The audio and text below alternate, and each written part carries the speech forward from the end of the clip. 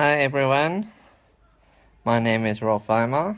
I'm the creator of the group Silly Linguistics on Facebook and also the creator of the page Steve the Vagabond and Silly Linguist. I started Silly Linguistics and my page in late 2014, and my group now has over 20,000 members and my page has over 30,000 likes. So for me, the whole journey of joining the language community was quite interesting, because for me, I was never really that into languages, like so hectically. Like when I was growing up, I was interested in languages, and like I would read a book here and then, learn about funny words and things like that. But it never really it took off that much. I was much more interested in computers and programming and things like that. But then in 2014, I was working at a programming job, and Put the outside light on. Please don't. I was working at a programming job, and that didn't turn out so well, unfortunately, and I eventually had to leave there. And so I started doing freelancing, and that was alright. I got a few jobs, but then with all my free time that I had, I would spend a lot of time on the internet, and I started spending a lot of time on Facebook, and then someone that I'd met in another community had was part of the group Omnigot Fan Club, and so I saw that he was a member of that group, so I joined that group as well. And then over the next few weeks, I just got really involved with that whole community, and chatting about all sorts of things, and I realized how much I actually enjoyed it, because my whole life I'd just been spent programming and sitting in front of the computer, like playing games or making programs or whatever, and I was really enjoying it. Like it was a completely different thing for me. And after a few weeks of being in the group, this one guy came onto the group one night and said, because we had encountered a lot of people over the weeks that I had been in the group. We'd encountered a lot of people that would come in and say, no, this language comes from this and this word comes from here, and sometimes they would just be wrong. Like I didn't know the origins of words and language families and stuff, but these things are very easy to look up. And when someone comes on and tells you, oh, this word comes from here and this word comes from here, you're really like, wait a moment. So that would take like like 3 seconds to check if you just Google it. So anyway, someone came on one day and said, Serbian is the mother of language. And then everyone rolls their eyes and but he kept on and he kept on and he kept on. It was like he made post and a post and post and post, and he just kept on making posts. And then I was like, well, this is a bit ridiculous. And the problem with posting on the internet is when you post something, you don't know if people are going to take it seriously or not. So there's this thing on the internet called pose law, which is if you don't make it explicitly clear that something is a joke, people will take it seriously. So I thought, well, I have got to do something which is so ridiculous that people can't take it seriously. So what I did is I thought of a mythical place, and the mythical place that came to me was Atlantis. So I thought, haha, Serbian isn't the mother of language. I think Atlantean is the mother of language. All languages come from Atlantean. And I posted that, and everyone was like, ha ha ha, that's so funny. And then the next day, the group was like everyone was just madness, and like people were writing things like the name, the language Basque comes from the word basket, and people were writing all sorts of nonsense. Um, and it lasted for a good while, and eventually the admins were like, well, we need to calm down a little bit on this. This is going a bit, this is going awry, and it's like messing up the group. So some of us got together that I'd noticed that were in those silly threads. I said, we need a place to post about silly language things. So I thought, hey, why don't I make a group about this Atlantean language? So I made a group called Developing the Atlantean Conlang. And then I posted about it on Polyglot, and I said, hey guys, why don't we make this like a real thing? Because up until that point, we had made up random things. Like I came up with the word kaasgatter, which is a mix of the Dutch word kaas and the French gâteau, which means cake, so it's literally cheesecake.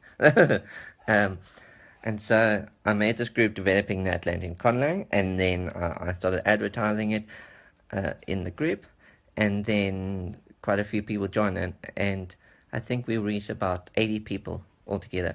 And then some people started making their own Atlantean. So they just took random words and put it together, and they were making these conlangs quite quickly. And I came up with coastal Atlantean, so like, this is Atlantean on the coast, and then we came with random names like tunic Atlantean, and there's all these different types of Atlantean, and a lot of people came up with like different forms of Atlantean, and then I just kept going with mine because I found it really fun. So the one that I came up with was kind of a mashup of Dutch and German, with a kind of a simplified grammar, and so that I called Coast Atlantean. And I thought, well, what would Atlantean be if you spell it in the kind of the Dutch way? So in Dutch, there's a lot of languages like Spaans, Italiaans, things like that, France. So I thought, well, just take the ATL part at Atlantean, in Atlantean, and then add an, so you get Atlans. And so I came up with Kaasgatter.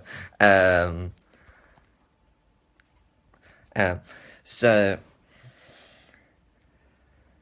I started posting in Coast Atlantean on Omniglot, like people would say, oh, how do you say this in your language? So I would give an example in Coast Atlantean.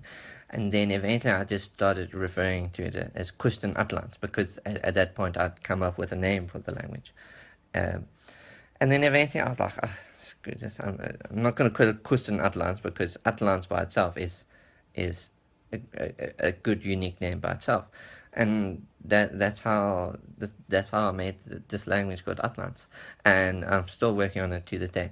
But what happened from then on is, for a few weeks there, people were working on all the different conlangs, but then people moved on to other things, or got bored or whatever, and that group kind of died down a bit.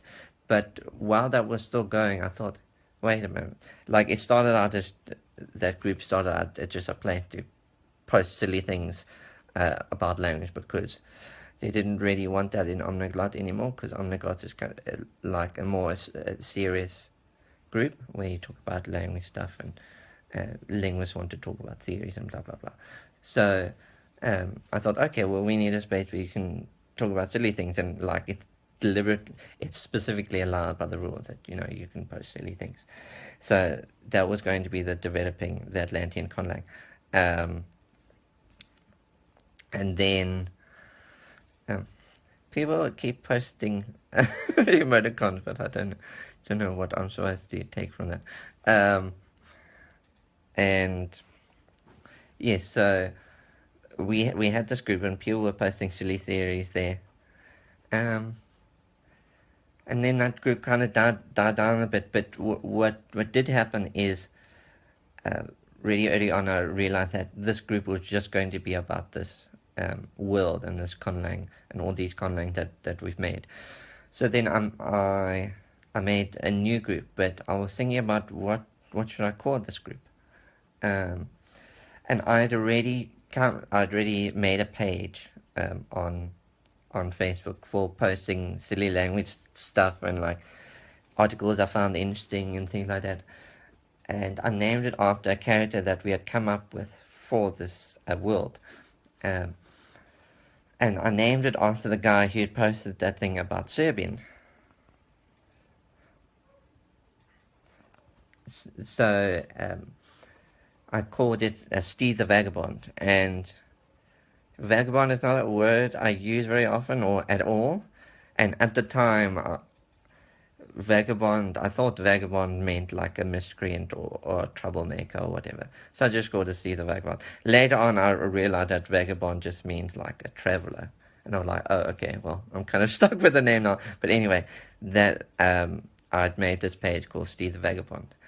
And then just to add a bit to it and so people know what they're getting, I added the part and silly linguist. So my page to this day is called Steve the Vagabond and Silly Linguist. And then when I was thinking about a name for the group, I just thought straight away, hey, a group for silly linguists is called Silly Linguistics. So then I made this group called Silly Linguistics, and I just added a couple of friends, and I thought I'm just going to leave it at that. And then we got about 50 members, and I was like, "Oh, this is cool. Now we can talk about whatever we want here, because like I'm in control now. I can make the rules, and we can come up with a whole new set of doing things." Because I don't know if Polyglot had like very clearly defined rules, but anyway, like the community had kind of decided what they want that group to be about. So I went into silly linguistics with the idea that it's going to be silly and it's going to be about linguistics, like both. And then I just made these rules and I said, cool, like we can post about it. And then I think I went to sleep and for the night, and then I got up in the morning and I was like, hey, look, people are posting in the group. This is so cool. Like people are posting silly jokes and things like that. And I was really enjoying that because I've always enjoyed the kind of silly side of things. And then what I didn't expect to happen, and then the group just started growing and growing and growing. Like it went from 50 to 100, then went 200 and then 300. And when it reached 500, I was like, wow, like who are these people? Like I know about 50 people on Facebook. Yeah, it was mostly the people that I'd met on Omega Fan Club. And so the group just started growing and growing, growing and growing. And at this time, and less so now, but at the time I was still doing a lot of freelancing and doing all sorts of things. Like I've been doing programming, I've been doing translating, I've been doing all sorts of little odd jobs. But then this group was just growing and growing and growing. And then when it reached 1,000, I was like, wow, like I must have found something here, because like this was very unexpected for me. Like you can't really predict what's going to happen in your life, and like this thing has kind of fallen into my lap, and I was thinking about like what am I going to do about this now. But anyway, I just thought, well, let's just see, let's just keep going with it and see what happens. And then it just kept growing, and as time went on, I would have challenges in the group, like this has been posted, people arguing about like, should this be posted here, like what is this group going to be, and then there were some challenges early on to kind of define the like soul of the group, because some groups fall apart very quickly because people don't really know what the group is about, and either admins are too strict or too lax or whatever. So I tried to come on early on with some very concise rules about the group.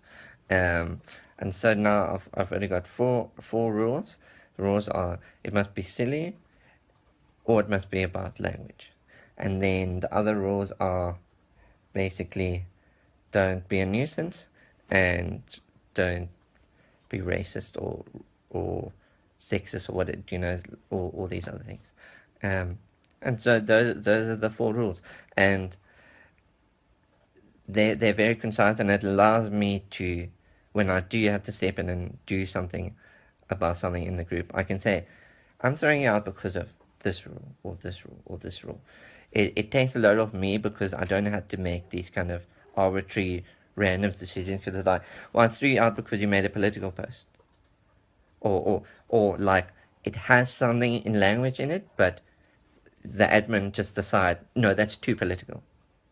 If it's a political post, it's not allowed, and if it has something to do with language, then it goes in there. And then I would post about that in a group, and I'll say, you can post whatever you want as long as it meets those criteria. And then people would test me, and I'll be like, well, it's very easy. You violated the rules, get out. And it actually was quite a learning experience for me. But what was interesting about the way the group has grown is that the group has been growing very steadily, roughly about 1,000 members a month. And so it was just ticking along, up, and it reached 1,000, 2,000, 3,000, 4,000, 5,000, 10,000, 20,000. I think it's almost at 23,000 now. And yeah, it just kept on growing.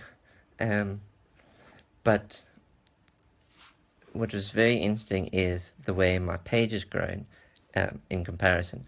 The page has grown very slowly at first. The page had grown very slowly at first. It took me about 10 months to get 500 likes. And I would often post things from my page. I'll share them onto groups. And at that time, the really big groups that I knew about were Polyglots and Omniglot. And now there's quite a few more. Like, for instance, there's this group, Polyglot Community, but there's obviously still the original Polyglots group and Omniglot, and there's tons of other smaller ones that I've since discovered. And it took a very long time to grow. I think that's just the way pages go, because Facebook really, I realized that Facebook really likes advertising groups. You don't even need to pay money for it. So Facebook just says, hey, look, it's a group, you might like it. Here, join this group. And so people would see these ads for silly linguistics, and they say, oh, this is a cool group. I'm gonna join this group. So people would join the group, and they would just everyone started joining this. And once we passed 10,000, I was like, wow, this is getting big. And I would look at my page, and I'll be a bit disappointed because I'm like, why isn't this growing in the same way? But then everything just started to change all of a sudden. About 6 months ago, I think I was at about oh yes, I remember now. I was at 1,600. Not sorry, that was earlier than 6 months ago. I think it was at the beginning of 2015. So by that point, I think I eventually got to 1,000, and then I was ticking along. 1,100, 1,200, 1,300, and then I was at 1,600, I think, and I shared this thing, that just went viral. I think I got like 10,000 shares or something stupid, and then my page rocketed up from 1,600 to 3,200, so basically double, and then I was like, wow, that's crazy, because I was so pleased it got to 1,000, but like I felt a bit like I was trying to dig a hole with a teaspoon. It's like you just you're just going at it, and it's like all this hard work, and you just like in the salt mines all the time, and you don't seem to be.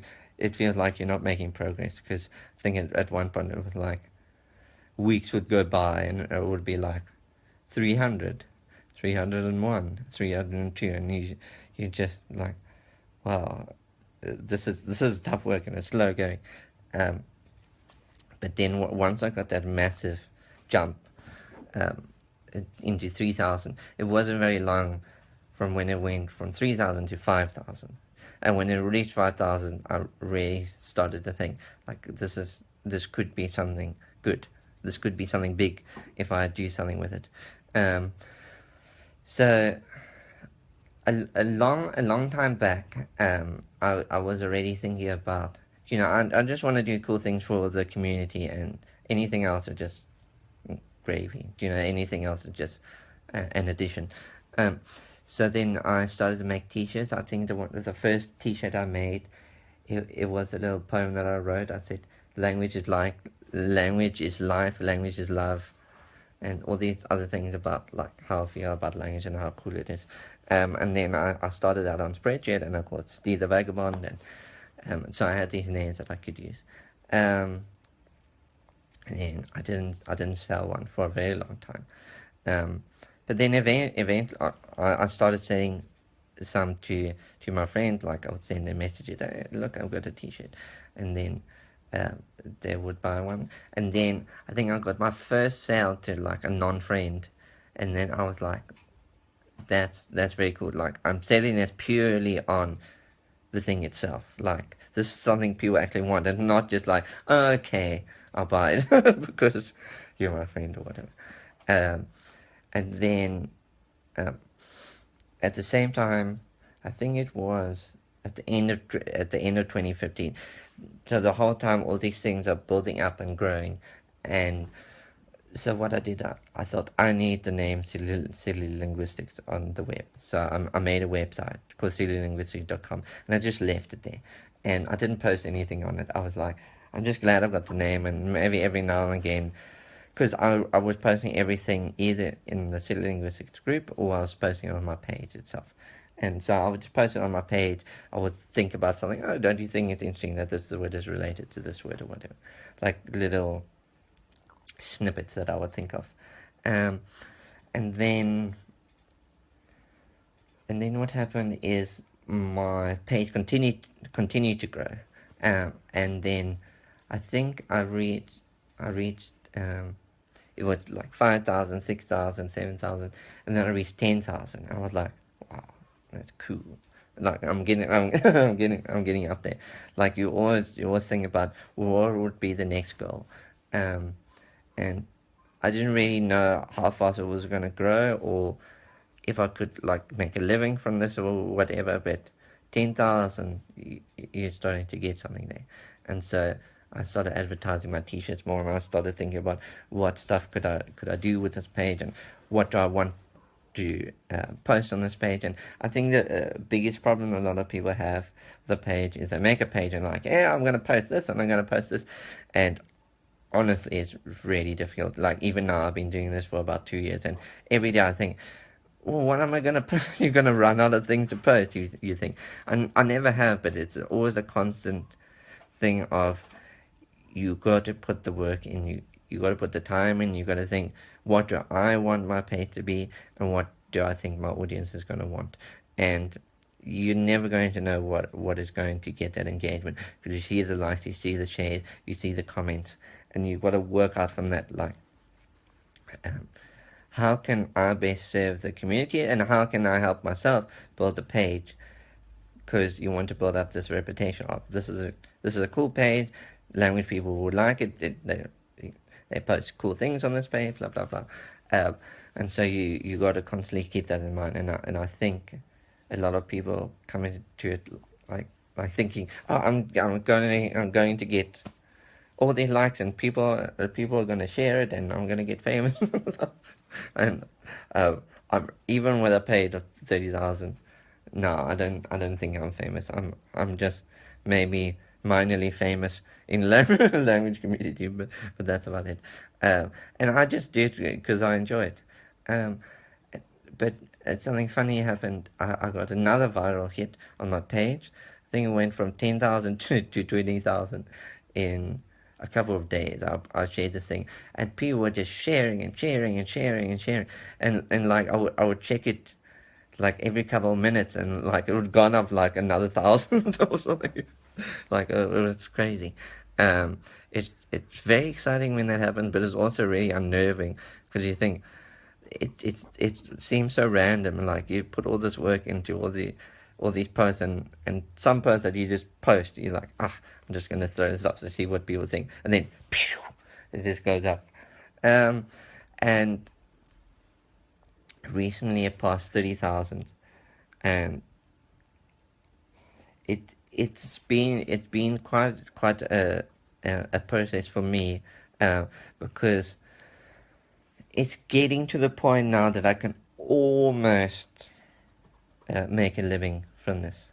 You know, from I've got ads on my website. I've got a YouTube channel. My YouTube channel recently passed 300 subscribers. I sell T-shirts. Those are doing quite well. I advertise them on my page every now and then, and so it's been this whole process. This whole 2 years has been a long process of me um,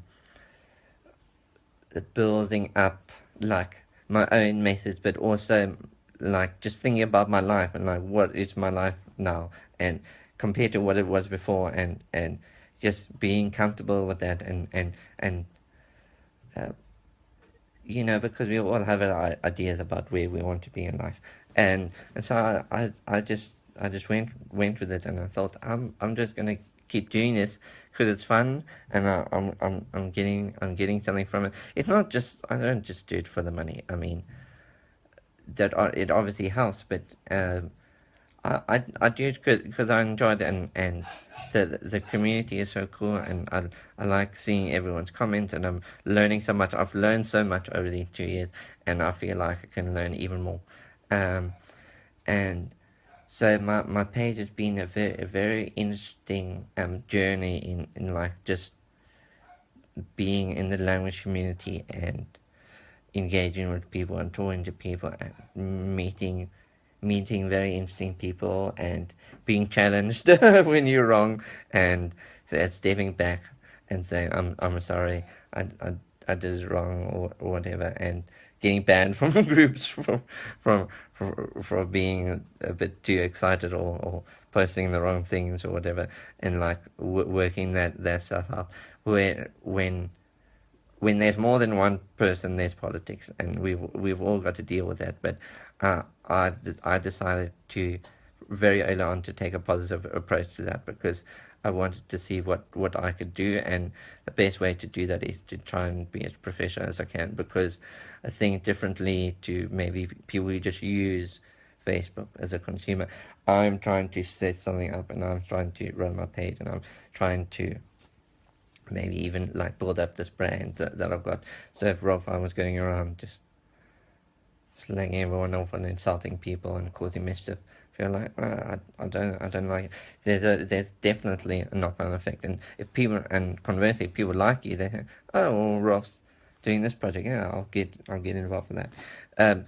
So that's kind of like the story of my page and where my page is. Another thing that I started in early 2015 is I started a comic, and a while ago, um, I started a crowdfunding campaign to get my book printed. So I want to get it printed, and people can order it. The plan is that they'll be ordered. People will be able to order on Amazon and on these online bookstores and stuff. And I looked into it, and I was like, please pay us $5 million. No, obviously it wasn't that much, but like all this money, and I was like, wow, I've got barely enough to eat. um, so I don't have that kind of money, but maybe if people like my stuff enough, um, Yeah. and maybe they can help me with that. So then I started this crowdfunding campaign, and then I went to Jimmy Miller, and I said to him, "Hey, you got a podcast? Can I talk on your podcast?" And then Jimmy Miller said, "Hey, why don't you just become part? Why don't you talk at this Congress thing?" And I said, "Oh, okay, that sounds cool." So here I am, and Jimmy wanted me to talk for a while, so I decided to give the long version of the story. but basically, I wanted to come here and talk to you guys about this comic that I'm working on, and maybe you guys can help me out with it. The idea that I had is like an idea that developed pretty early on. Like, the problem I find with some people, and this is definitely, I'm not saying the whole community is bad, definitely not. But there are some people, they can be a bit pedantic or over the top or elitist, or they just want to make it serious, and like, these are the declensions, and like, you must learn language in this way, and this is how everything works. And that kind of rubbed me the wrong way, and that was part of my idea of studying silly linguistics, that I wanted to encourage a different way of looking at things. And every now and then someone gets upset in the group and say, "You guys are just talking nonsense, and this is not about linguistics." And I was like, well, it's never been solely about linguistics. I mean, silly is in the name. That's the thing I like about it, that it's very clear what this is about. But then I started my comic because during this whole 2 year period, I've been looking around the internet, and I've been thinking, we really need some media, some fun media about language, because there's also, everyone that's spent any time on Facebook sees memes all over the place, memes about presidents, and memes about the world, and memes about how your friends interact with you, and memes about everything. So I thought, well, we need some funny media about language. Like, people want to make fun of Esperanto, and they want to make fun of all these things, like an Esperantist. Well, they're obviously not all crazy, but the crazy ones are quite amusing. Now would come on the group and say, if everyone learns Esperanto, then it will solve all problems. And we're like, the world has got 7,000 languages. I don't think one more is going to solve any issues. And then I just started making all this like silly memes and media for my page. But then I thought, well, there's a lot of comics out there. The one that comes closest to this is Itchy Feet. I don't know if any of you have seen this. It's a comic about travel, and obviously when you're traveling around, you're encountering all these different languages. But I found in general half his comments are about travel and half of them about language, and I just thought, hey, like, this is the future. Like, someone can just sit in their lounge and talk to people around the world. So, like I'm doing right now. So why couldn't I start a comic? So I just threw something together. I was learning Swedish at the time, and I was quite amused by the fact that the end station in when you're traveling on the trains in Sweden, when you get to the last station, it would say slutstation, but it's written like it was the English word slut station. So I made a comic where there was this big sign that said slutstation, and then one guy looked at it and said, "Wow, the Swedes are quite open about this." And the guy said to him, you do realize that means end station, don't you? And then the guy looks also. And then I just made it. I decided to call it silly linguistics, because I felt like that was kind of like my brand at that point. And I decided to put a number on it, because that means it's easier to keep track of these things. So I made the first comic and I put it up there, and yeah, that's how I started my comic, and I've just been going ever since. Like, I think with a lot of people, they feel like, oh no, it must be perfect, and I don't know what to do. And like, look at all these people. Look at all the stuff that they're doing. Like, well, look at me. I still don't know what I'm doing. But you really just have to try. And sometimes I make a comment and it's honestly not that good. You just got to try. It's so funny that the first comment that I ever made is still one of the more popular ones, and honestly one that I like the most. But you really just got to try. You got to do things, and obviously being doing freelancing has helped me a lot to have the time. But if you want to do something, just do it and see what happens. And don't be discouraged if you don't have 1 million likes in the first week or the first month or maybe even the first year. I mean, I think after the first year, I think I had like maybe 20 or 30 subscribers on my YouTube, and now I've got over 300. It really does take time, and fortunately or unfortunately, I don't really know which. It takes a very, very long time to get established. What's interesting, once you are established, things tend to go quite quickly. Like, I'm getting about 1,000 likes per week on my page now, which is very cool. And it's very ironic that it took me 10 months to get 500, and it just takes very, very long. The other mistake I see people make is that they just have no sense of consistency, none at all. It's not a case of, oh, they let it slip for a while. They'll post once every day for a week, and then they won't post for another month. I mean, getting the stuff out there, honestly, even if it's crap sometimes, you get the stuff out there, and just not too much, because then people are like, who the fuck is this? I'm bored of this.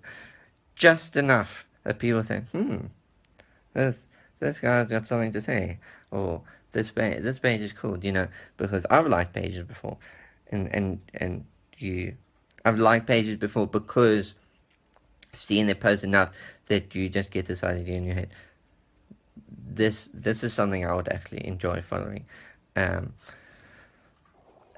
so you've got to have that consistency, and you've got to go out there and just keep doing it and keep going. And so I just started building everything up, and I started posting on my website more, and I got some ads on there, and that started growing. But I think when I reached, well, I think it was at the beginning of this year and the end of last year, I went from 27,000 to 32,000 in a month. I thought, this is growing a lot now. So what I can do now is, I think I want to start, go to second gear. I want to do more than just post silly pictures and silly comics and stuff. Like, let's do something. Let's do media. Let's see what we can do with this area, because I think this area is tragically unfilled, like this fun stuff with languages, because people are doing all sorts of things in languages, and there's lots of stupid channels out there that like badly sing a song or whatever, like crap like that, and so there's a lot of silly stuff and there's a lot of language stuff, but no one's doing really silly language stuff, and also just fun language stuff. Like, this should be fun. Like, I think if you go amo, amatis, amant, blah blah blah blah, I mean, anyone will get tired of that. But if you make like a comic where it shows like, what is the Proto-Indo-Europe? How do you say in Proto-Indo-European, I hate cold? or like, what food you eat? Like a time travel goes back in time, and the only thing you can think to ask these people is, what food do you eat? I mean, if I could go back in time, I'd think I'd something else. But like, no one's making that kind of thing. So it's very interesting channel, like learning Proto-Indo-European and then trying to make a joke out of that. So, because that material is not made for the general public, it's made for linguists. And and so reading all that stuff is very interesting. But I wanted to take it to the next level, and I thought one way I could do that is by making a book. So what I'm going to do is, once this crowdfunding campaign is finished, I'm going to do one of these self-publishing things where I pay a certain amount of money, and then they will print the book for you, and they will put it up on Amazon, and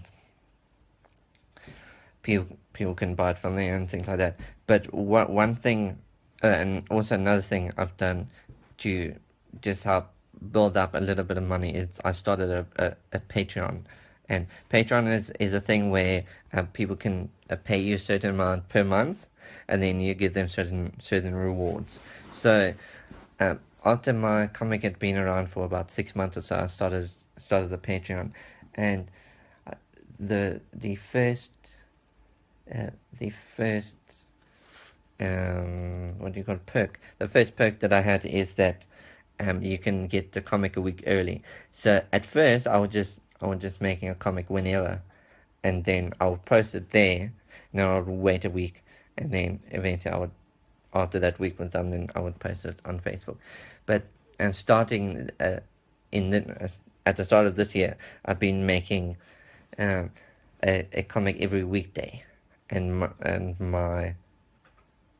my page likes on my comic page have really been improving since then.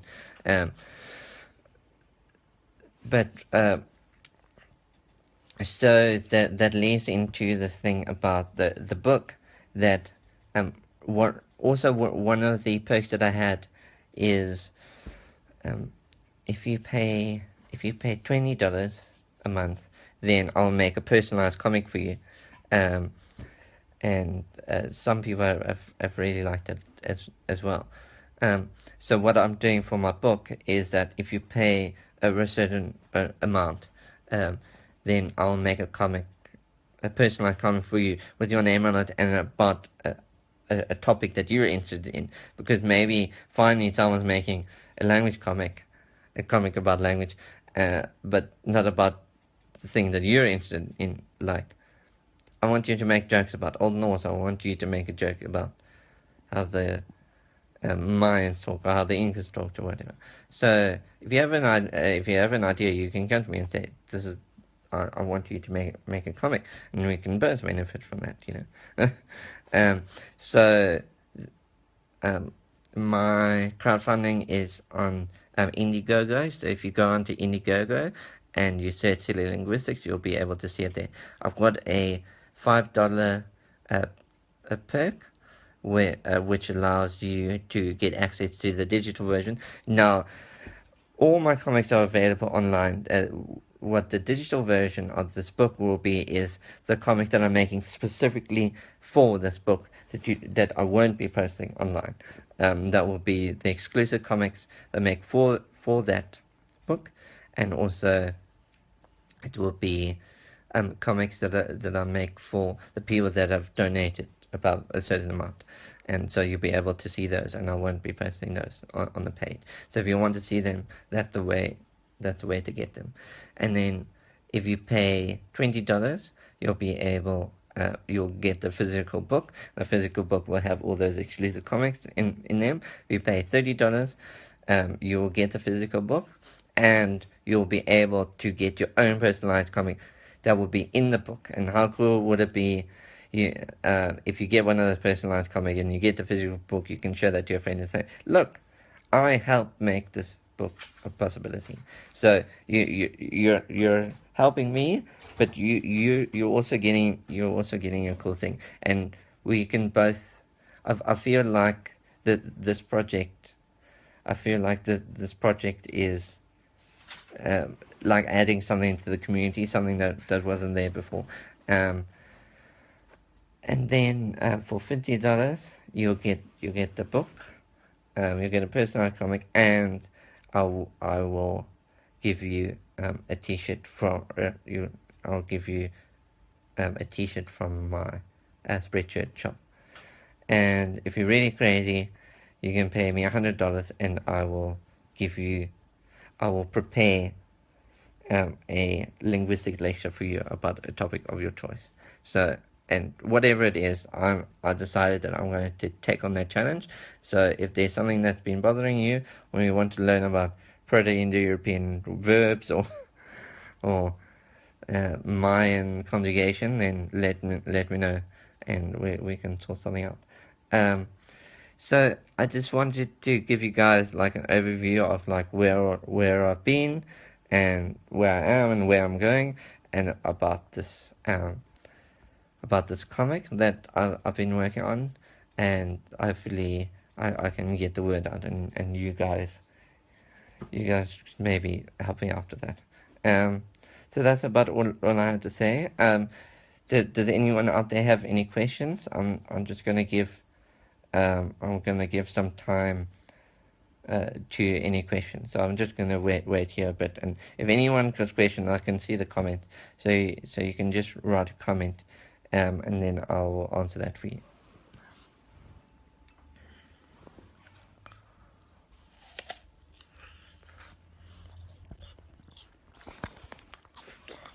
Sandy, do you have any questions for me? Not at the moment, because I'm just busy working on something, so I haven't Yeah. really thought, but we'll go through it. I'm talking to the language community. I don't have anything.